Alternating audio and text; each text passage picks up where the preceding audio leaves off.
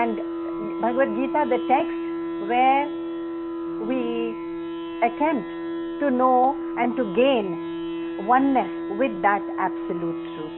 So what is that absolute truth and how to become one with it? That is the entire purpose, the entire uddeshya, and the summum bonum of this little text. It's not a very big text, considered that there are big granthas which are also there in the Sanatana Dharma. But we are lucky to have our hands, we have laid our hands on Bhagavad Gita, which is one of the most endearing. Chapter 12, we find Arjun, as usual, as he opens every chapter with a question. This chapter opens with a question which says, chapter 12, Arjuna Uvacha, first verse, Evam satata yuktaye bhaktara swam paryupasate. He says, even those who are very, very steadfast devotees and they worship you, they are also considered to be your devotees. Ye chapyaksharam avyaktam. But those who also look up to you as the imperishable, the unknowable, the indescribable, the avyaktam, the unmanifest. Tesham ke yoga vettama. Both of them attempt to reach you, but please tell me, his question is, which of the two yogas or the two methods, let's call it, are better versed, better equipped to gain you, to gain that oneness, to come towards you? Which is the one which is better? Avyakta or Vyakta? In simple terms, should I worship Bhagwan as Sagun? Gun means he's got a shape and form and characteristics and attributes, or Nirgun, which means he does not have the sattvic, rajasic and tamasic gunas which we ordinary jivas have. He does not have shape and form like we have this body and mind. So that is Sagun. How can I worship the God, and which kind of a worshipper is better equipped? This is his question actually. And we find normally at the end of this chapter we will see that Bhagwan gives an array of methods, of ideas, of yogas to follow. And then we will be even more confused, like Arjun to say, hey look, but which one am I supposed to follow? All or some?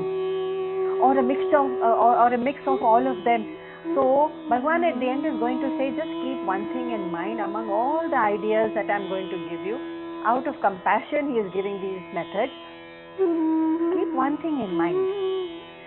Which is the one which you are attracted to naturally? So ruchi or interest is what will drive you automatically towards that particular method. We are coming to the various methods, and we have to also make sure, do you have the capacity, yogyata? That means I may say, yes, dhyan is wonderful, but I can't even keep still for 15 minutes, leave alone keep my mind still. So the body is also restless. If I don't have the yogyata for dhyan, and that too dhyan on a nirgun, which is formless, which is just pure consciousness, that's a tall order. So if I don't have yogyata, okay, no problem. You have to choose something else rather than get disheartened and drop the worship, or let's say the seeking completely. And that will be a great fallacy, a great mistake. If out of disappointment, and many of our projects may have fallen by the wayside, when we have found disappointment or difficulty and been disheartened, and we have not had the heart to follow it through, we are the losers for it. Same way, Bhagwan says, no, if you find that any of the other practices like dhyan or nirgun upasana are tough for you, and it is tough for the gross mind, the mind which dwells in the gross world, then you have to just check it out, keep it for later, because we are all novices, we all begin at the bottom, we are all beginners in our seeking. Do not give up the seeking. That will be a disaster. So,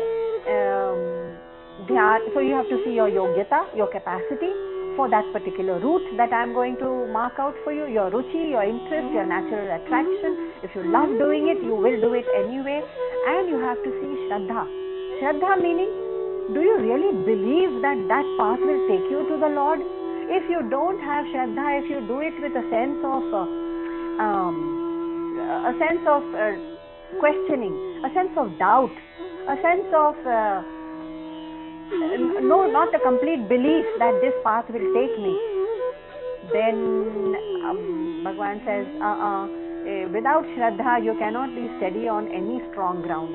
If I have to build a bridge, I have to actually have complete belief that what I have studied, that so many tons of steel will take such amount of weight, X amount of weight will be borne by X amount of steel. If I don't have that Shraddha, and I may even check it out, but if that kind of skepticism is there, no path can be followed through. Leave alone in the spiritual world, even in the material world, skepticism can never lead us to success. So remember, I'm going to mark out some paths which Krishna answers very soon. As an answer he offers, but what are these three things you have to do? And that is the seeker's effort. God cannot even step in at that point. That is our capacity or our yogyata and our shraddha, our belief in that path, and our ruchi, our interest, and that will carry us through. Even in the material world, we have followed through our subjects of our interest. It may be art or science or business or management or any other profession. It is because of these three. So Bhagavan says, okay, so I'm going to proceed and answer your question as to which path is most so it's not the path which is well versed, it is the seeker who has to be well versed in any of these paths. What about the mindset of the seeker? So it's very simple. It has been said, ya mati sa gatihi. Ya mati means the mind, the state of mind or the quality of mind we carry into any work, leave alone in seeking God. That quality of mind will determine our achieving the goal. Gatihi. So ya mati sa gatihi, that means the mind itself is going to direct us, because it is capable of reaching the infinitude, and the same mind is capable of dragging us into the gutters of pettiness, of small relationships, of the vague or the force of envy, jealousy, anger. You know, that force which can, it's the same mind. So what kind of mind do we want to hold on to? So yamati sagatihi, that is your business, Arjun. If you're the seeker, you are going to be in control of that mind. I can point the way. Krishna will come thus far and no further. So, and also we see another thing in the world is that if our material needs, our physical needs are not satisfied, we are not even ready to enter the spiritual world. How can you ask a hungry man to think about God? The only thing he can think about is food. So it's quite natural that first of all we have to have, and we are all fortunate, we have to have a place in this world where God has given us a birth where our physical needs are taken care of. Then we look for emotional needs, human beings. Emotional needs have to be satisfied, otherwise the mind will dwell in that I want this kind of security or affection or love or compassion. I'm looking for it all the time. So where is the space? And once the emotional needs are satisfied, the mind kicks in, and then the mind also has its needs, which when it tries to figure out what is this earth, what is this life, what is this universe, is there someone who is the moderator of this entire universe? It's the mind which is kicking in. Otherwise, so all these needs, it's going up, and even scientists like Abraham Maslow, if you study social psychology, you'll find Maslow's hierarchy of needs covers the same part. So there has to be basic needs, then emotional needs, then mental needs, and then the intellectual needs. Only then the mind has space enough to ask higher questions. So why is it that we have taken so long to ask higher questions? Because all these needs have been satisfied, but somewhere along the way we have lost our way. thinking that the material happiness of the world, even that has been granted to us. See the irony of life, even that has been granted amply to us in the position that we are, and yet we think that in the hope that hanging on to all those pleasures and all those sources of happiness that we have already been granted, by hanging on to them I secure my happiness constantly, permanently for the future. And therefore my mind now is caught in seeking permanence in what? In all these objects of the world which we have already gained but which are impermanent, and that is the only secret, that they are impermanent, but in the hope of gaining more and more joy from them, we hang on tight to them. That's where we are actually lost. So yamati sagatihi, if the mati, the mind, is dwelling all the time in the gross world, in the gross objects, in the gross relationships, it is very unlikely that one can lift oneself, lift the mind up first, above this. And so the methods that Krishna is going to talk about are only methods to uplift the mind above the gross. They are not direct methods. They're not like one short method to say, okay, you do this and there you are, nirvana or mukti or enlightenment and liberation is for you, for the asking. No, there is no such action in the world. Even Krishna cannot promise it. He's saying to work on your mind, to uplift the quality of mind. Here is where you start. And that's how we had already gone through some verses of chapter 12, where in the third verse Bhagavan is saying, he is giving one such method, and that is verse 3, chapter 12. Ye tvaksharamanirdesyam avyaktam paryupasate. The imperishable, the indefinable, the unmanifest, can you worship that?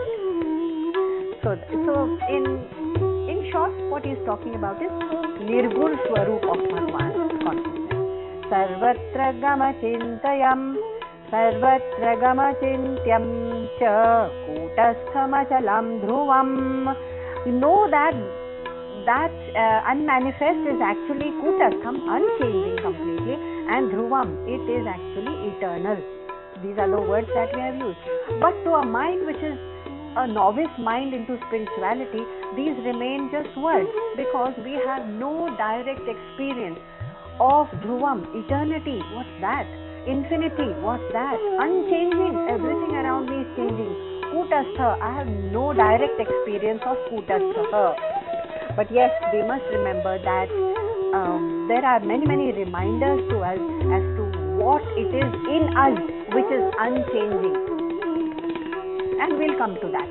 But no direct, yes, we don't have a direct experience. So it's like telling a child that, okay, when we are in teaching in primary classes, we tell the child, cold, this is cold. And the child has no experience of cold. What is cold? In fact, the symbols COLD are just symbols. They're just like funny figures, funny drawings, COLD. And the child looks quite perplexed. And then the teacher has to make the sound cold and then get the child to touch something cold like a cube of ice, and there's an experience. So direct experience is a different ball game altogether. Can we hope to have a direct experience when we are so steeped in the material gross world and we are experiencing the world through our gross bodies and minds? Guneshu vartante. It is a gross which is in contact with the gross. Our bodies and our man and our buddhi and the world of objects outside, that's all. How can the satya, which is the eternal, and it is so sukshma, so subtle, how can it be found in this kind of interaction? Guna guneshu vartante. My gunas, my gross existence is interacting with the gross world outside. No, direct experience, that's a tall order. So Nirguna Upasana, Arjun, if it's not for you, because maybe, then how do you say that in our own society we see so many people and Mahatmas and Rishis and Swamis who have come very close to this Nirguna Upasana, who can just close their eyes like Vivekananda ji. when he used to close his eyes, there are disciples who describe him who would turn into some kind of a bronze statue. In fact, bronze because of the color of his skin. He would look like a bronze statue, and then even if there was a wind blowing around, if there was traffic around, if there were disciples chattering around, made no difference. Just shut his eyes and he would swim in that eternal, that dhruvam. Okay, so you say, can I do it in one lifetime? No, please understand, Krishna has reminded us so many times that this effort, this position that we are in right now, this crossroads, the path that we have traversed so far is not a result of one lifetime's effort. So Vivekananda obviously, and people like him and Mahatmas have done years, many lifetimes of effort, like we are starting on that path. So maybe sometime in future we may reach that experience of swimming in that eternal, that light of infinite consciousness only by just shutting our eyes. Simple as that. But we can't do it, right? So we are the beginners on that path. So Bhagavan says, okay, don't worry, don't get disheartened. So Nirguna Upasana, if it is tough for you, no problem. So number 4, all that we are trying to see is change the quality of mind to move from the gross and the me and the myness, possessiveness of all this gross world to a higher level. So what's the next path? Okay, so try out this. Number 4, verse number 4. Sanniyamyendriya gramam sarvatra samabuddhayaha. Maybe you can restrain your mind a little bit. Restrain your mind from running out into the world of temptations and objects and ideas and people and relationships and pleasures. But how can I do that? When I'm not even aware that when my mind is running out and chasing something with a kind of thirst and hunger and lalach, temptation, I'm not even aware of it at that point in time. I'm just running away with the mind. So I'm become a slave of my mind, and the mind is a slave of the senses, because the senses, which are also jad, they don't have a consciousness or a mind of their own, they are also chasing out in the world. Actually, so I am become a slave of something very jad, inert. And becoming conscious of where my indriyas are running is the very first step. Having become conscious of, oh, I'm going in the wrong direction, only then do we take a U-turn, isn't it? Even on the road, on the highway, we have to be very alert. Am I on the right path? Am I on the right highway? This is the first time I'm taking this route. So someone has told me this is the landmark, that's the landmark. And then on the spiritual path, when I don't see the landmarks, and I see that my mind is not becoming still, it is always hungering for some temptation, and it is also getting irritated and angry when I don't obtain those objects. Those are the landmarks, right?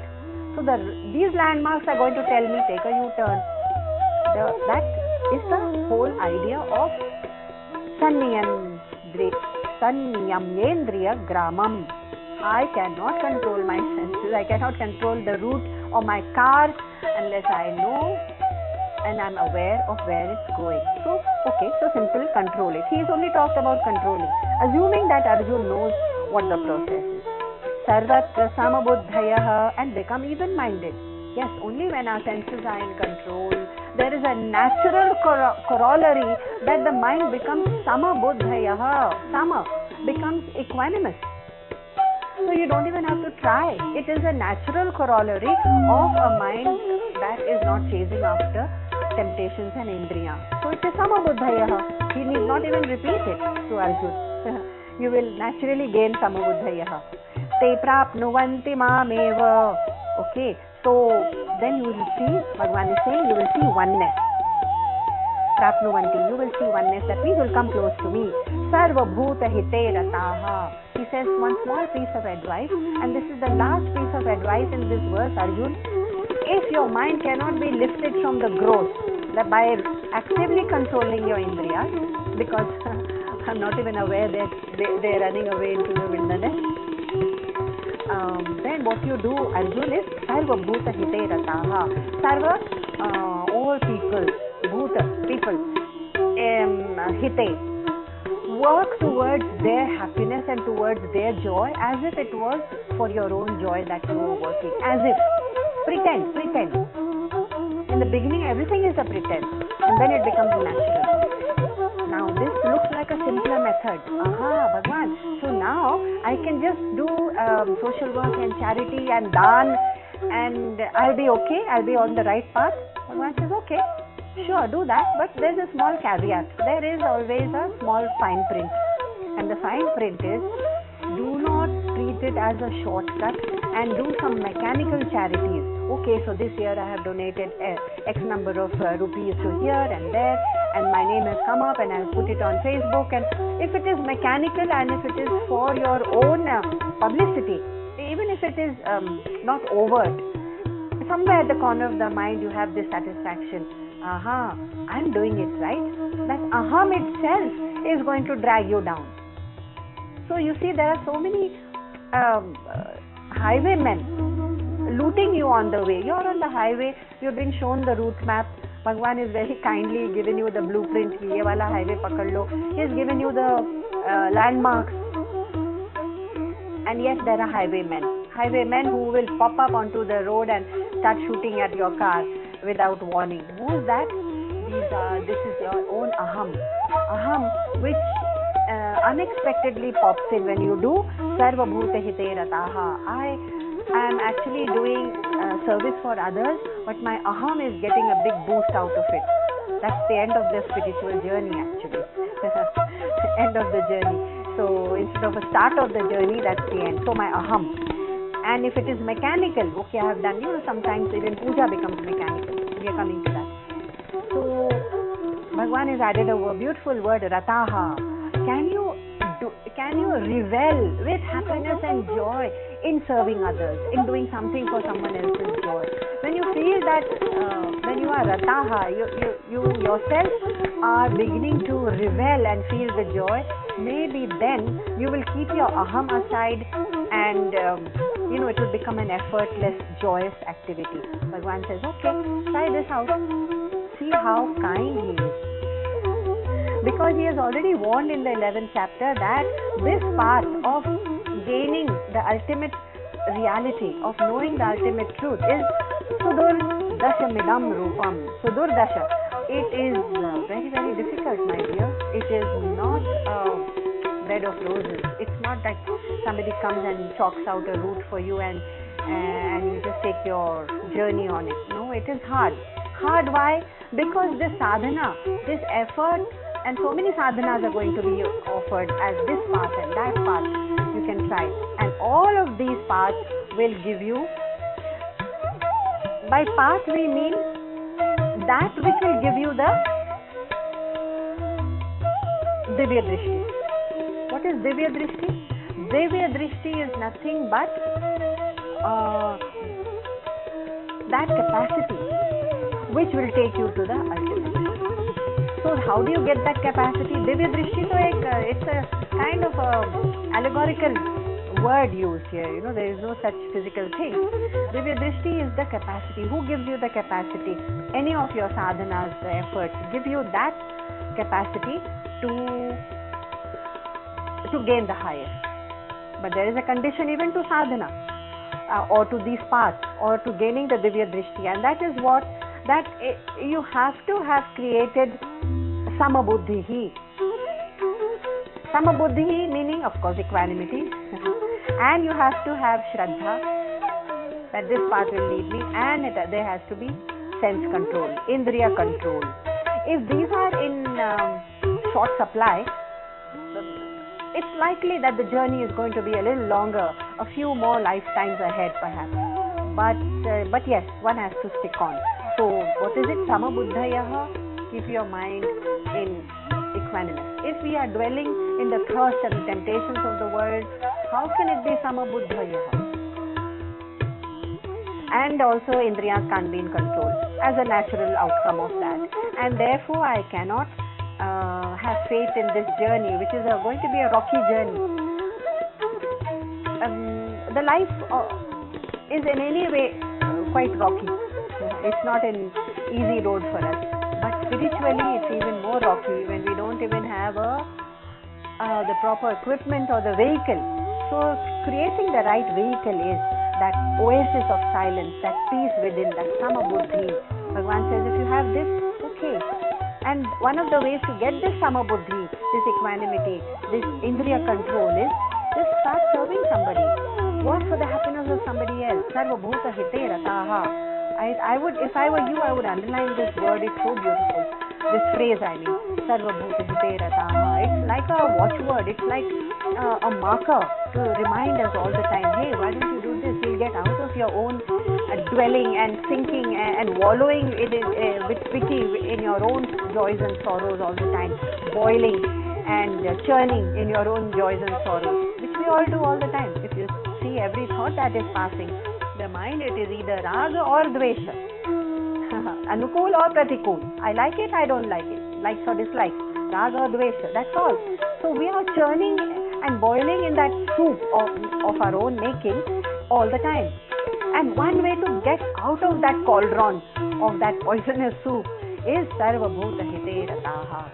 Make sure that in the beginning it will be an effort because we're not used to parting so easily with our time and our resources. But okay, this is the advice from Bhagwan, so I'll do it. That is the Shraddha. If Bhagwan says yes, you will lift your mind, it will uplift your mind, we will do it. And so people begin in a small way by being extremely generous to people who are supporting them. So if there is a house help and a driver and a lackey and all those people who have been supporting your life, some people become very, very generous to them. But I have a word of warning for them, because we don't realize that in our generosity we are actually still trying to make that relationship one of give and take. Where there is no give and take, only then it can be selfless service.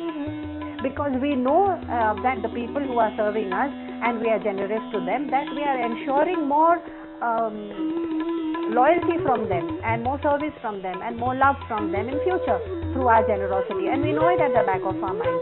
So that really, this give and take relationship may not qualify too much, to some extent maybe, may not qualify too much towards selfless service.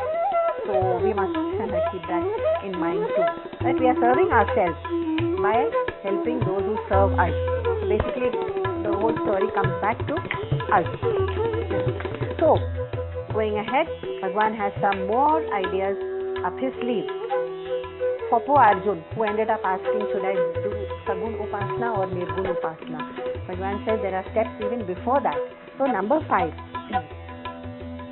even before you embark upon that journey of any of the paths you choose, Bhagwan says, sorry, let me tell you what are going to be the obstacles, the impediments, so that you are pre-warned about it. So if there are speed breakers ahead, there is a sign 500 meters ahead of that speed breaker, otherwise I'm going to get a jolt. So that speed, that marker, Bhagwan is saying, yes, let me warn you what you may come up again. And that is it, verse number 5. Kleshodhi katarastesham vyaktasakta chetasam. That means klesho, all that gives us pain, all that gives us mental and physical anxiety and pain is called klesha. And it's a common word even in Hindi, klesh. Now what causes this klesh, Bhagwan is not explained, but we'll come to that. Vyaktasakta chetasam. So our minds become ayukta. They cannot remain in the unmanifest. Unmanifest is so abstract. It is so much beyond our direct experience of the senses that it's even unthinkable that if your mind is filled with klesha or the pain and anxiety of mind and body, that one can even attempt reaching that higher. So avyaktahi gater dukkham. To reach that Lord, dehavadbhira vapyate. Bhagwan bonds and he says, I know for those people who have bodies, you poor jivas, because we are jiva. The jiva has a body and a mind, and that becomes our entrapping. We are entrapped by our own minds and bodies and dwelling in it. The hardest part is to break free of that prison of body. And Bhagwan says, yeah, I understand. And out of out of lot of love he says, yes, I understand that deha vadhira vapyate, those who have bodies, embodied people, they find it very hard to, but it's not impossible though, they find it hard to reach the highest. So at least he's got some sympathy for us now, poor people who are trapped in this body and mind and are always following the dictates only of this body and the mind. And there are constant demands by the body for comfort and for this and that. And the mind has even more demands in terms of emotional demands. So caught between all these demands, we are imprisoned in our own bodies. And Bhagavan has said so. Deha vadhira vapyate. Embodied people find it a bit tough. Yet, I'll give you another way, he says, don't worry. But Bhagavan has not explained klesha, that pain-causing factors. What are these? So, for this we have to turn to Maharishi Patanjali. And in the Yoga Suktam, he has explained, we had briefly touched upon this, that there are 5 things basically that cause klesha. Klesha, as explained here. The mental and physical anxiety and pain and trouble, because of which we cannot transcend ourselves to reach the highest. What is this now? So avidya and asmita and raga, dvesh and abhiniveshaha. Abhiniveshaha. What is avidya? Avidya is having no knowledge about who I am. I'm not talking about the avidya of subjects, because we may have avidya of so many subjects which we have never studied in our lives, but that is vidya of the material world, so we are not bothered about that. We are saying the ultimate agyan. Ultimate agyan is I don't know who I am, that awareness. What is my true nature? From this avidya comes the other klesha. If you ask me, there are not 5 different kleshas or sources of klesha. So, when I have avidya, I don't know my true nature, then comes asmita. Asmita is aham asmi, I am this. This what? I am this temporary body and I have these likes and dislikes, and this is my education and appearance and whatever, and wealth and capacity, etc. So this is me. That's what Bhagavan said. You poor people with bodies, always think in terms of body and mind only. So my asmita is a mistake because it's temporary. Aham asmi as a body and mind is a temporary phenomena, just passing. Few decades, few years, it's gone. And I think this is me, asmita, so it's a mistake. So that causes me pain. Why? What kind of pain? Because it is from this asmita that I am this body and this mind only, which leads me to rag and dvesh, the other 2 klesha.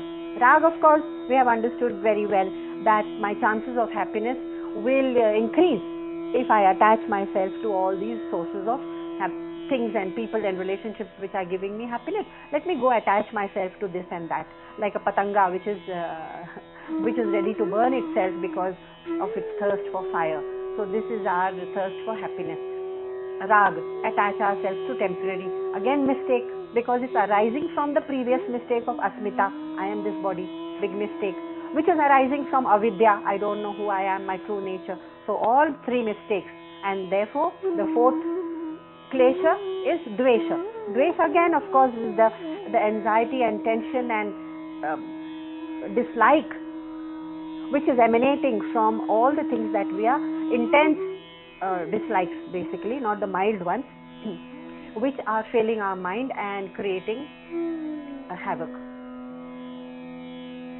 And the 5th one is abhiniveshaha, which is out of this rag and dvesha, things which I like and things which I want to attach to, and the dvesha, things that I want to resist. I have a fear. If I don't find the things that I have an attraction to or love for or desire for, there's a fear. I may lose it. And dvesha, things which I really dread, like disease or old age or broken relationships or loss of wealth or whatever. I have a dread and a fear. So this abhinivesha is actually fear. Fear which arises out of raga dvesha. If you had no raga dvesha for anything, like Gandhiji said, if I have wealth, it's okay. If I don't have wealth, it's okay. If I have relationships, it's okay. If they go away and drift away from me, it's okay. If they make me the Prime Minister, okay. Actually, he was not okay with that. If they don't make me the leader of the nation, I'm okay. I just want to make sure there's no violence at the time of partition. So, he did not attach himself, nor did he resist anything which was being thrown at him, the brickbats. Bats were being thrown by the British, but no raga, no dvesha leads to no fear. This was one small secret. Vita raga bhaya krodha has been said in chapter 2, I think, where Vita means go beyond raga, Vita raga, bhaya and krodha, and you have become a superhuman. That's all. Simple formula. So, all the sadhanas, all the processes which Bhagwan is going to give are indirect methods, remember, and none of them are direct methods to reach Bhagwan. For that we need our own samadhi, our own merging with the consciousness, but these are ways to uplift our mind from the grossest possible level. And where are we caught? In the klesha. Who is saying this? Krishna is saying in verse number 5 that kleshodhi kataras tesham. It is your minds which are troubled and cannot reach the unmanifest. Uplift the mind, that's all that is being recommended in the beginning. Remember, we and Arjuna are novice seekers, beginners, and we have to go through these steps. So in number 6, what does Bhagavan say? He says, okay, ye tu sarvani karmani mai sanyasya matparaha. So why don't you offer everything? Worship me and offer everything that you do as if you're doing it for me, as if doing it for a loved one. Why? By now the logic is very obvious, because it's my aham which is attaching to so many things in the world, and including my work, which I think is for me and by me, and everything in the world that I possess is for me. It is that which is entangling me and imprisoning me. So the logic is clear. He says, okay, why don't you do one thing? Sarvani karmani, why don't you just offer whatever you do, sarvani, matparaha, do it as if for me. Again, we can pretend in the beginning and then it becomes. But you know what the catchword is? You know what the catch in this is? If we try to do this, the aham keeps interfering and says, it stands at the door and says, how can you cross this door? This work is mine. I have to claim my reward. This is the aham which is saying that, aham. So, what is it that will make me offer all? Bhagwan is saying, offer everything to me, matparaha, all your efforts, every piece of work. This needs a great amount of shraddha and let's call it bhakti. Unless we have bhakti and complete trust, we cannot even do this kind of what Bhagwan calls upasana. He calls it a worship. In the next line he says, ananyenaiva yogenam mam ananyenaiva yogena mam dhyananta upasate. Dhyananta upasate. This is a form of worship. For worship, what do I need? I need bhakti. This is my only instrument, and my aham keeps interfering. So I cannot have bhakti. Of course, I can have outward bhakti. I can do n number of bhakti-looking actions which appear like bhakti, this puja, that dan, this vrata, and that upasana. No, Bhagwan is not fooled, nobody is fooled, and our journey will just be that much longer. Real upasana I cannot do unless I have bhakti and implicit trust that all that I have achieved so far and the instruments with which I am going to do all my work, which is this man buddhi, is not mine. Because I didn't have a say when I was born. I didn't have any say in this matter as to what would be offered to me, and all this is a gift. So why can't I just offer it back? Now if the mind, what happens is when this klesha in the mind, mera, rag, dvesh, mera nahi hai, mujhe nahi chahiye, rag, dvesh, aur fir usse nikalne wale bhay. So when we have gone beyond this bhaya, krodha, and Raga Dvesha, what happens? Suddenly there's a lot of space created in the mind. A lot of space becomes free, and the freed up space is where we can post or plant something more beautiful.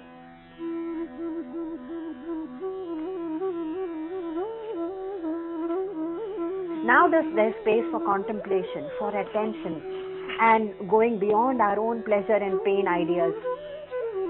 But contemplate on what? Again we are stuck. So contemplate, Bhagavan has said, okay, Nirgun, Nirakar, that means there is no guna or attribute and no akar. How can I worship that pure consciousness? My mind is not so sukshma. It's very sthula, it's very gross. So why don't you worship it's Nirgun, it doesn't have, it's Nirakar, but it has some guna. You know, some people, they say, I will think of God as if He has got some qualities, some guna. What are those? That He is Karunamayi, He has got a power of compassion, and He is Dayalu, and He is a Dukkhaharta. I know that my pain will be absorbed once I put my mind on that. And He is Kripalu, His compassion and His love, and He is Sarvadhata. He will hold me. Some kind of qualities are then superimposed onto that abstract consciousness, because the moment I put my mind on abstract consciousness and tried to do dhyan, I got very sleepy.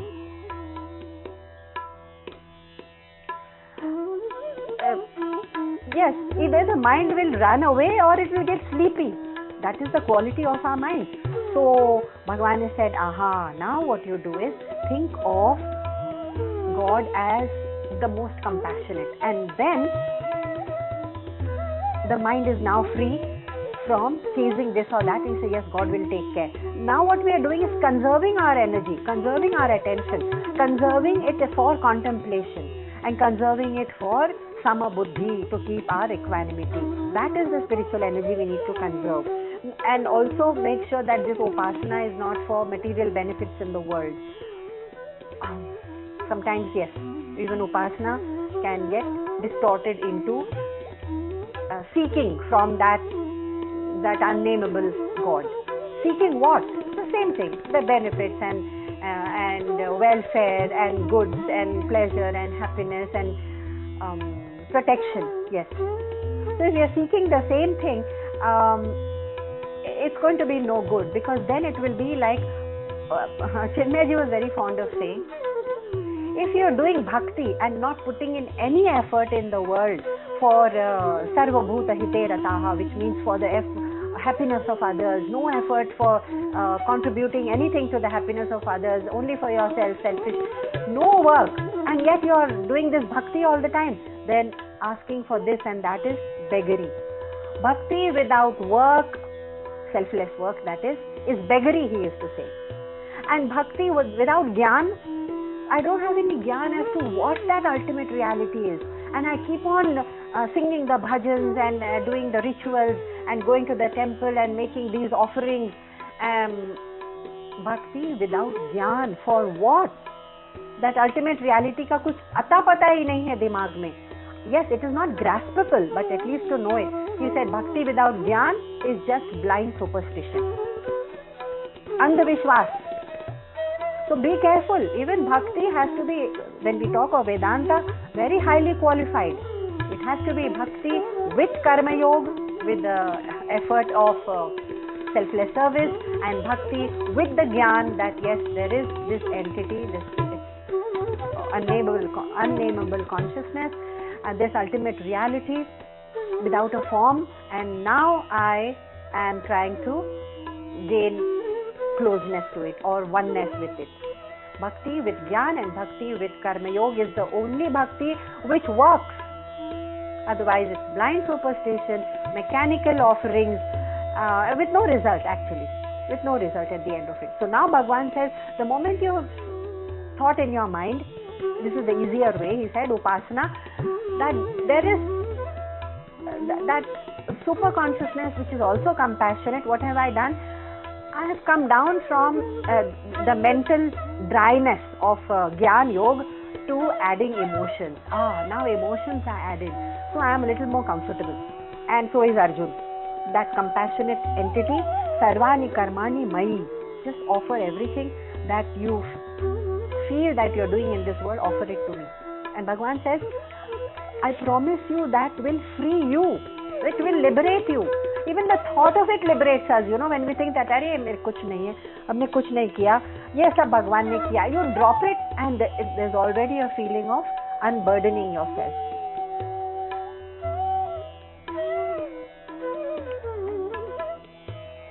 So there is this story of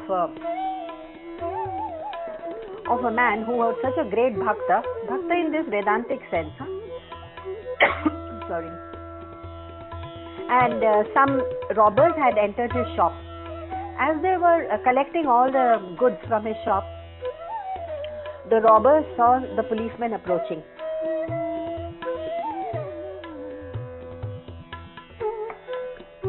So the robbers they left the bundles right there where they had kept it for looting everything. They just dumped the bundles of all their loot and they scooted. They just ran off. When the policemen arrived at the shop, they had been informed beforehand that there was a robbery happening at this shop. Without a trace of examination, they thought that this shopkeeper was the looter because he was found with all the goods. And they, of course, they captured him and they took him to the police station.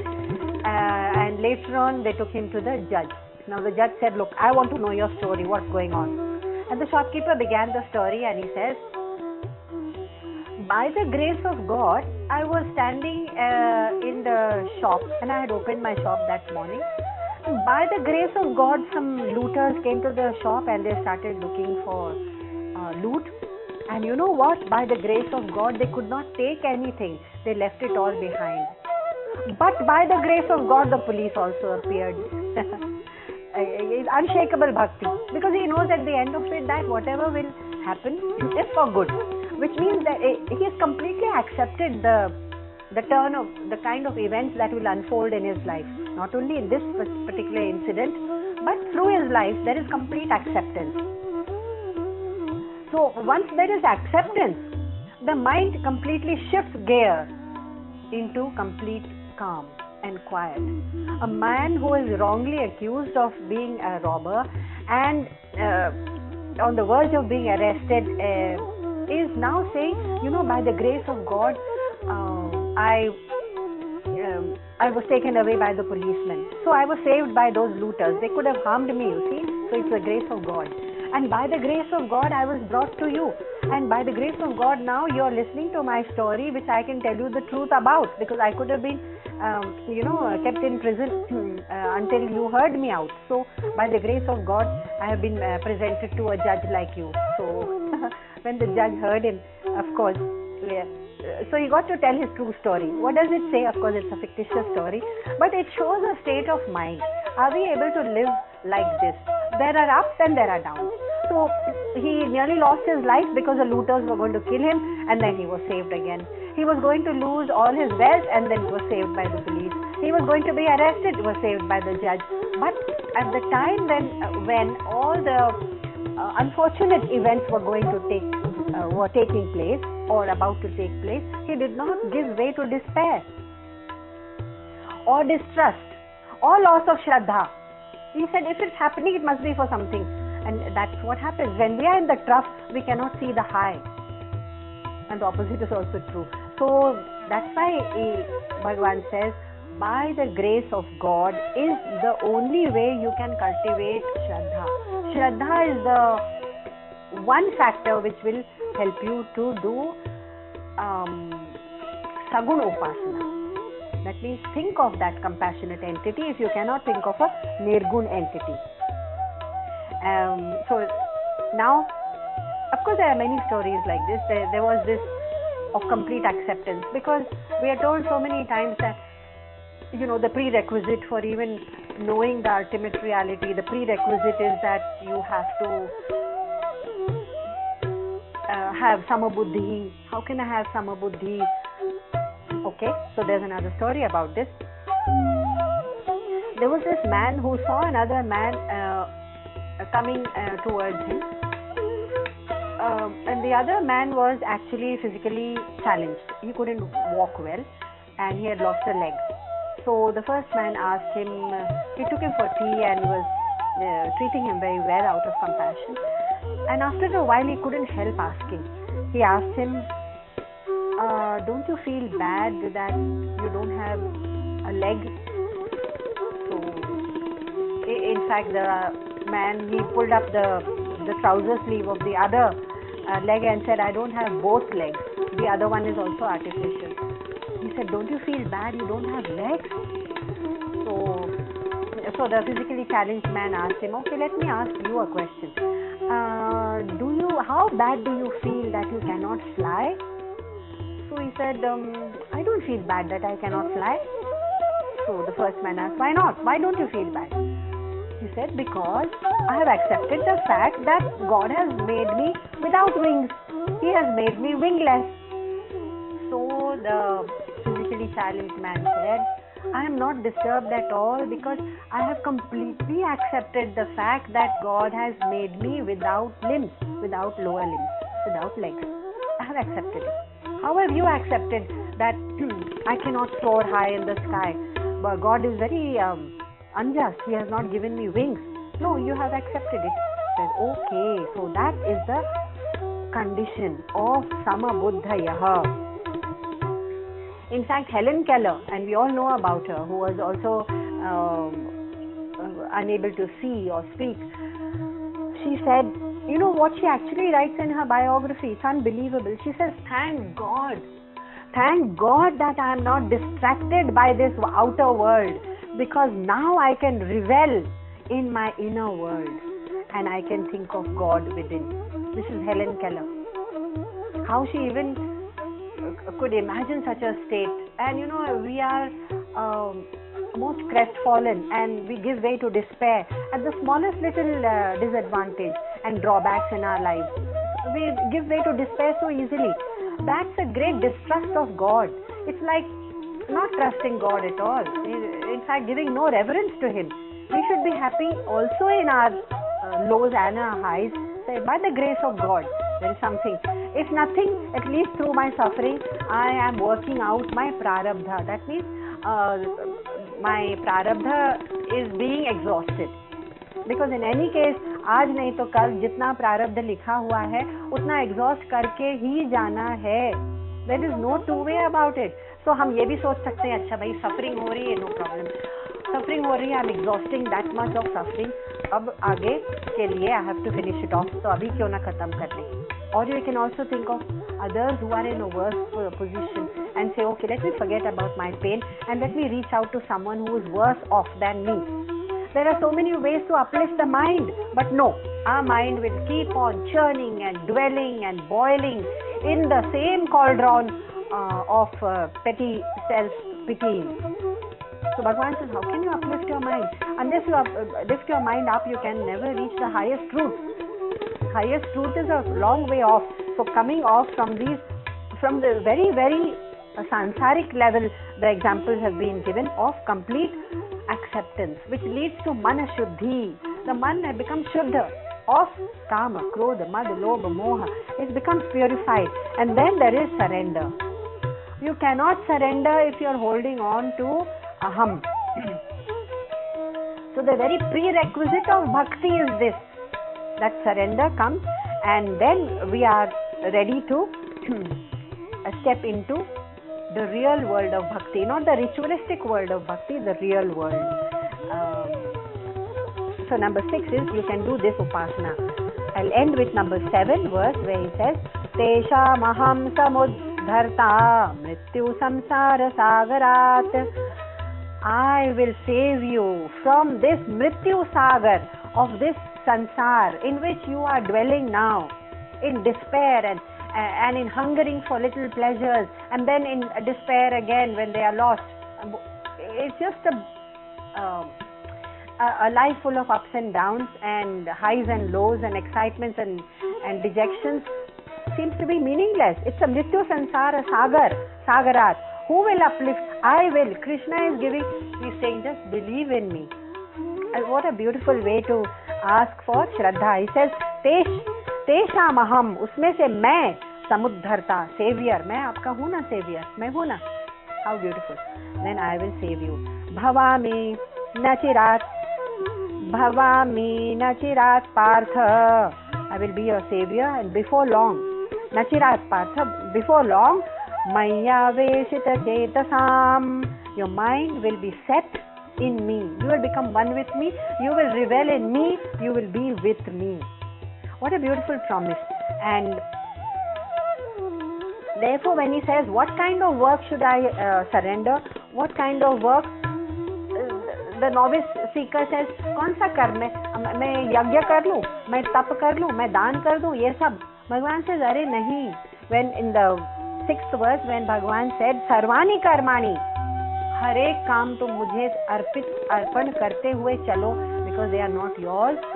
That means हम अपने मन और वाणी और बुद्धि के लिए सब कुछ करते हैं. शरीर निर्वाह के लिए, for the maintenance of this body, the cleanliness of this body, for the health, everything is done for sharir nirvaha, or for my vyavasaya, for my ajivika, for my vocation, for my livelihood, and also spiritual work of tapa and dhyana and dan. Yes, even the spiritual work and the worldly work, everything. He says, just don't discriminate, offer it all to me.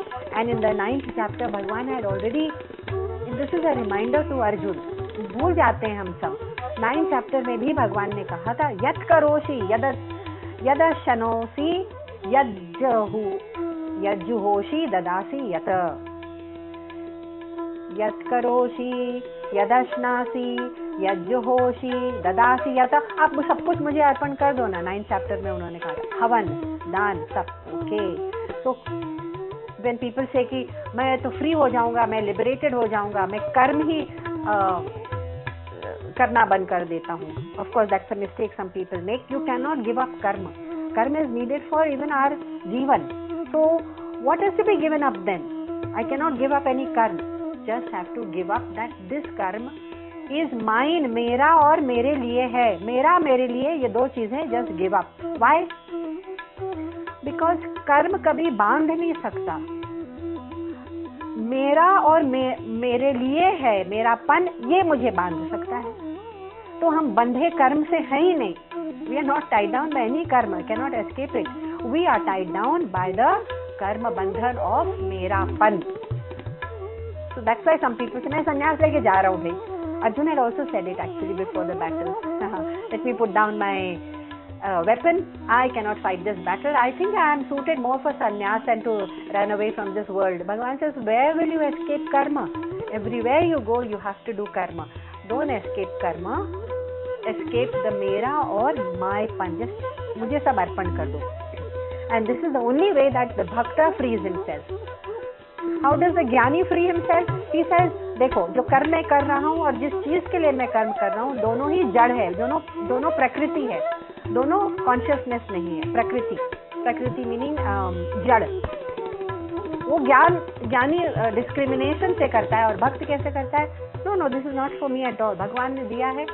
He has given me limbs to work with and I am just working for him. So bhakta has another way of doing it, offering all his actions. But what is the end result? End result is both are free from the myness of karma. So ज्ञान में मन लगता हो तो ज्ञान से रास्ता चुन लो, भक्ति से लगता हो तो भक्ति से चुन लो. But yet there is one more route. Is there another route? Yes, I'm going to make it even more simple and break it down, Krishna says, and that will be in the verses coming up. So we will see it tomorrow. Om Purnamada Purnamidam Purnat Purnamudachyate Purnasya Purnamadaya Purnameva Vashishyate. Om Shanti Shanti Shanti. Hari Om Shri Gurubhyo Namaha. Hari Om Shri Krishna Panamashu. Hari Om Shri Gurubhyo Namaha. Hari Om Shri Krishna Panamashu. Hari Om Shri Gurubhyo Namaha. Hari Om Shri Krishna Panamashu. Hari Om Shri Gurubhyo Namaha. Hari Om Shri Krishna Panamashu. Namaha.